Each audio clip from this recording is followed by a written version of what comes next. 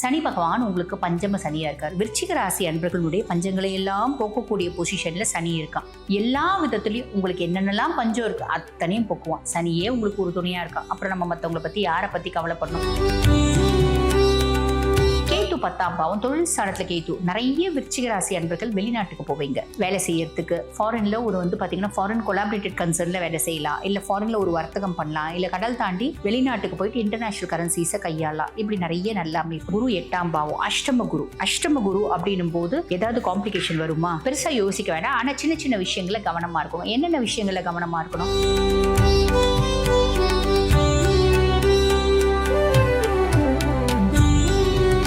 விருச்சிக ராசி அன்பர்கள்,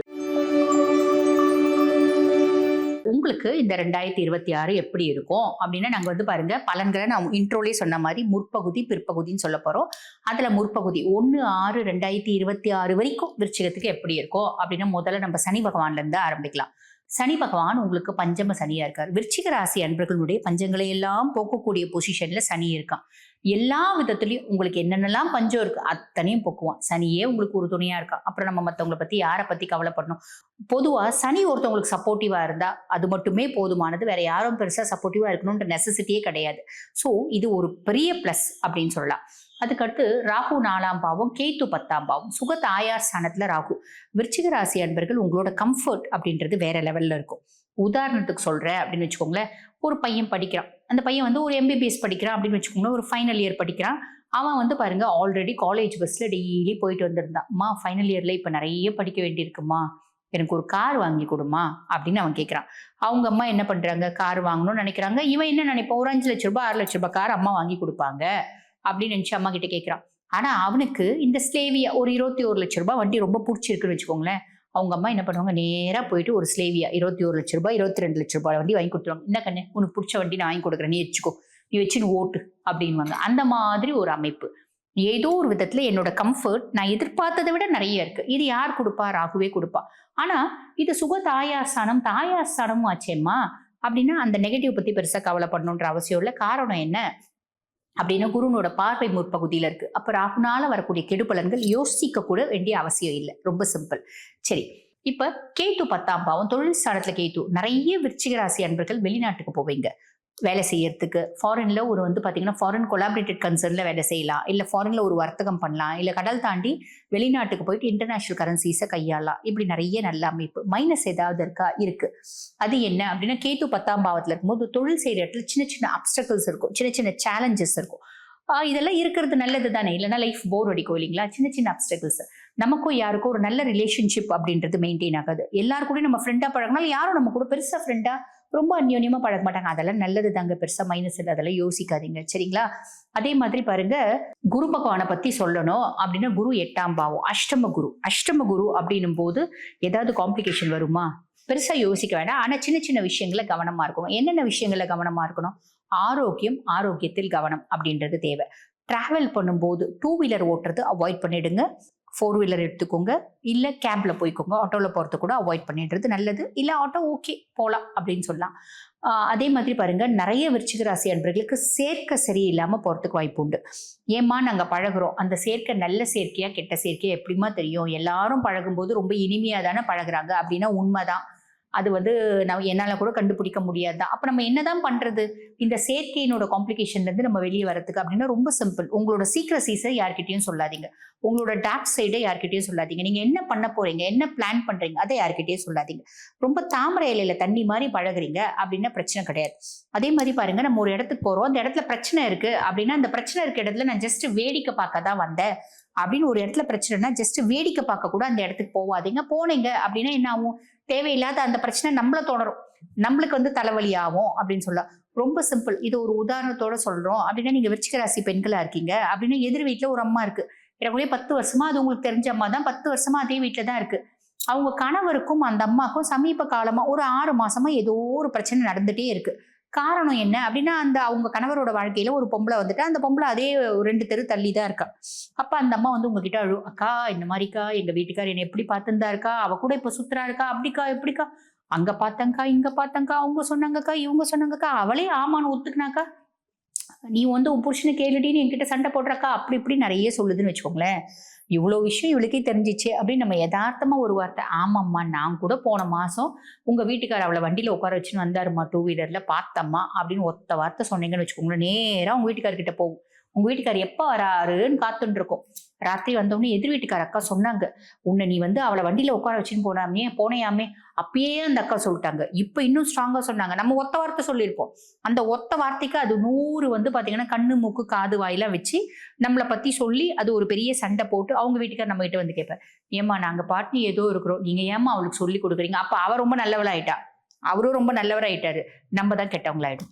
இந்த வேலை நம்மளுக்கு என்னத்துக்கு? அப்ப பிரச்சனை இருக்க இடத்துல ஜஸ்ட் நான் வேடிக்கை பார்க்க கூட போறது வேண்டாம்.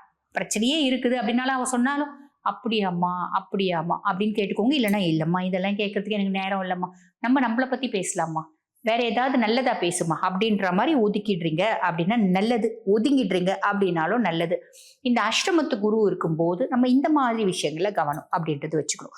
அதே மாதிரி ஹிடன் சீக்ரசிஸ், ஹிடன் ரிலேஷன்ஷிப் உங்களுக்கு ஏதாவது இருக்கு அப்படின்னா அது வெளியே வரதுக்கான வாய்ப்பு உண்டு.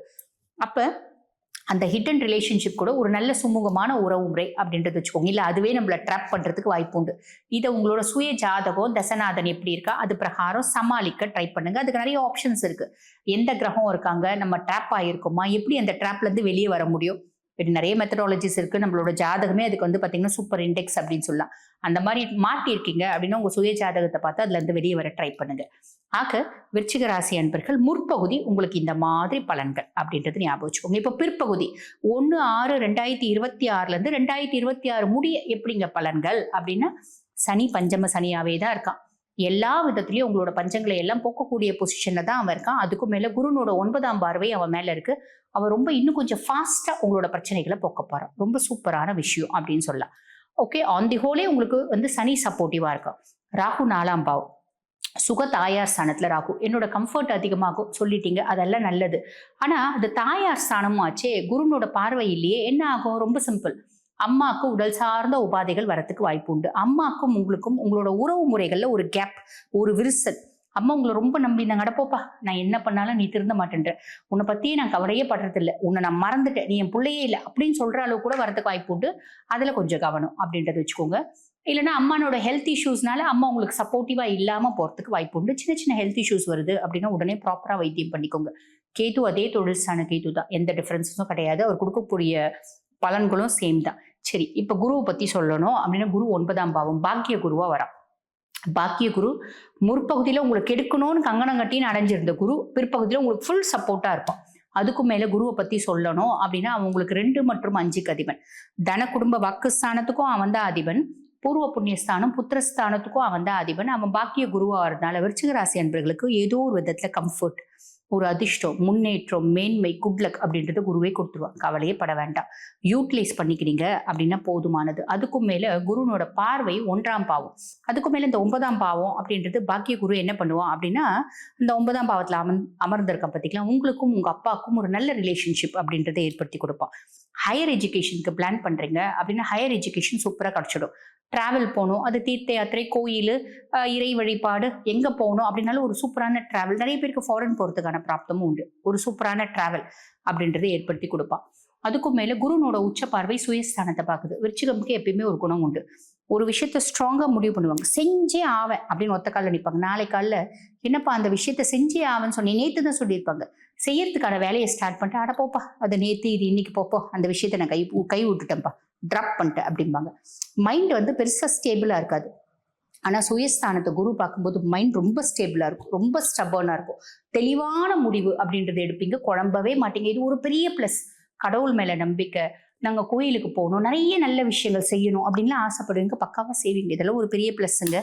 அதுக்கும் மேல 3ஆம் பாவம் இளைய சகோதர தைரியஸ்தானத்தை குரு பார்க்கிறார். உங்களோட தைரியமும் தன்னம்பிக்கையும் அதிகமா இருக்கும். எழுத்தாற்றல், அறிவாற்றல் மேம்படும். அதே மாதிரி பாருங்க, எல்லாரோடையும் சுமூகமான உறவு முறை அப்படின்றத மெயின்டைன் பண்ணுவீங்க. தம்பி தங்கச்சி ஃபுல் சப்போர்ட்டிவா இருப்பாங்க. 5ஆம் பாவத்தை குரு பார்க்கிறார். பூர்வீகம் சார்ந்து நல்ல செய்தி அப்படின்றது வரும். பூர்வீகத்துல சொத்து பத்து வீடு வாசல் எல்லாமே இருக்குங்க, எனக்கு ஒரு பைசா கொடுக்கல, வீட்டை விட்டு துரத்திட்டாங்க. அது காரணம் நான் லவ் பண்ணேன், கல்யாணம் பண்ணிக்கிறேன், இப்படி ஏதோ ஒண்ணு. இப்ப அடவுடையுமா நம்ம புள்ள தானே, அவனுக்கு கொடுக்காம நம்ம என்ன பண்றது, கூப்பிட்டு உங்களுக்கு கொடுப்பாங்க. எங்க அக்கா தங்கச்சிக்கு கொடுக்க அளவே கொடுப்பாங்களா சொல்றதுக்கு இல்லை, ஏதோ வருது இல்லையா, சந்தோஷமா வாங்கிக்கோங்க. பூர்வீக சொத்து வந்து கோர்ட்ல இருக்குங்க. இந்த காலம் அந்த கோர்ட்டு கேஸ் உங்களுக்கு ஃபேவரா வரும். குழந்தை இல்லாம ரொம்ப நாளா வைத்தியம் பண்ணிட்டு இருக்கேன். இந்த காலகட்டம் நிறைய விருச்சிக ராசி அன்பர்களுக்கு குழந்தை பிராப்தம் அப்படின்றது வரும். எனக்கு வந்து பாருங்க, என் பசங்களால கடுமையான மன உளைச்சலுக்கு ஆளாயிட்டேன். என் பொண்ணு வந்து பாருங்க, சம்பந்தமே இல்லாம அந்த பையன் ஃபுல்லும் தண்ணி அடிக்கிறான். அவன லவ் பண்ணின்னு சுத்தின்னு இருக்கு. கல்யாணம் பண்ணிப்பேன்னு ஒத்த கால்ல நிக்குது. ஐயய்யோ! கல்யாணம் பண்ணிக்கினா எங்க குடும்ப கௌரவமே போயிடும். கவலையே படாதீங்க. அதுவா பிரேக்கப் பண்ணின்னு அதுவா வந்துரும். அதுக்கு குருவே கேரண்டி அப்படின்னு சொல்லலாம். அதுக்கும் மேல இல்லைங்க, பிரேக்கப் பண்றதுக்கான வழியே இருக்க மாரி தெரியல அப்படின்னா, அந்த பொண்ணுனோட சுய ஜாதகம் பாருங்க. தசை என்ன தசையில இருக்குன்னு பாருங்க. அந்த தசனை அத பிரீத்தி பண்றதுக்கு எத்தனையோ ஒரு வழிமுறைகள் இருக்க தான் செய்யுது. பார்த்து பண்ணுங்க, சரியா போயிடும் அப்படின்னு சொல்லலாம். ஆக விருச்சிக ராசி அன்பர்களுக்கு முற்பகுதியில சின்ன சின்ன விஷயத்துல கவனமா இருங்க. அது மட்டும் போதுமானது. முற்பகுதியை விட பிற்பகுதி ரொம்பவே எக்ஸலண்டா இருக்கு அப்படின்னு தான் சொல்லணும். ப்ராப்பரா யூட்டிலைஸ் பண்ணிக்கிறீங்க அப்படின்னா, இந்த 2026 உங்களுக்கு நிறைய நல்ல விஷயங்கள் அப்படின்றது சாலிடா நடக்கும். வாழ்த்துக்கள். இப்ப நான் சொல்லியிருக்கிறது வந்து பாத்தீங்கன்னா, உங்க ராசிக்கான பொதுவான பலன். 100% நடக்குமா? உங்க சுய ஜாதகத்துல தசை என்ன தசை நடக்குது? தசநாதன் எந்த பாவத்துல இருக்கா? நல்ல தசை நடக்குது அப்படின்னா 100க்கு 100% நடக்கும். தசை பெருசா ஃபேவரா இல்லைங்க. அஷ்டமாதிபதியினோட தசை நடக்குது, 3ஆம் பாவத்து அதிபதியினோட தசை நடக்குது, 6ஆம் பாவத்து அதிபதியினோட தசை நடக்குது, 12ஆம் பாவத்து அதிபதியினோட தசை நடக்குது. அதுக்கு மேல அவன் மேல நல்ல சுபரோட பார்வையும் இல்ல அப்படின்னும் போது 50% சாலிடா நடக்கும். புரியுதுங்களா? ஆக இப்ப நான் சொன்ன விஷயங்கள் நீங்க வந்து அனலைஸ் பண்ணி பார்த்துக்கலாம். சுய ஜாதகத்தை வச்சு நீங்க கம்பேர் பண்ணி பார்த்துக்கலாம். அதுக்கும் மேல இல்லைங்க, என் பிள்ளைங்க ரீதியா எனக்கு பெருத்த மனக்குழப்பம் இருக்கு. நாங்க வந்து டிவோர்ஸ் நோக்கி அப்ளை பண்ணிருக்கோம். டிவோர்ஸ் வருமா தெரியல. மனைவி ஒத்துக்குவாங்களா தெரியல. புதிய தொழில் தொடங்கலாம்னு நினைக்கிறோம். தொடங்கலாமா வேணாமா? வெளிநாட்டுக்கு போலாம்னு நினைக்கிறோம். செய்யலாமா வேணாமா? இப்படி பல குழப்பங்களும் பல வந்து பாத்தீங்கன்னா தீர்க்க முடியாத பிரச்சனைகள். இதுக்கு மேல குழந்தைங்களாம் ரொம்ப கஷ்டப்படுறாங்க. எத்தனையோ பிரச்சனைகள் இருக்கு இல்லைங்களா? வெளியே சொல்ல முடியாத பிரச்சனை. அந்த மாதிரி தீர்க்க முடியாத பிரச்சனைகள்ல இருக்கீங்க அப்படின்னாலும் உங்க சுய ஜாதகம் அதுக்கு ஒரு பெரிய இண்டெக்ஸ்ங்க. அதை வச்சு நம்ம பல தீர்வு அப்படின்றது பண்ணிக்க முடியும். அந்த மாதிரி உங்க சுய ஜாதகத்தை பார்க்கணும் அப்படின்னா, நான் பேசிட்டு இருக்கும் போதே என்னோட வாட்ஸ்அப் நம்பர் டிஸ்பிளேல கொடுத்துருப்பாங்க. அந்த வாட்ஸ்அப் நம்பருக்கு கால் பண்ணி அப்பாயின்மெண்ட் ஃபிக்ஸ் பண்ணி என்கிட்ட பேசிக்கலாம். தேங்க்யூ.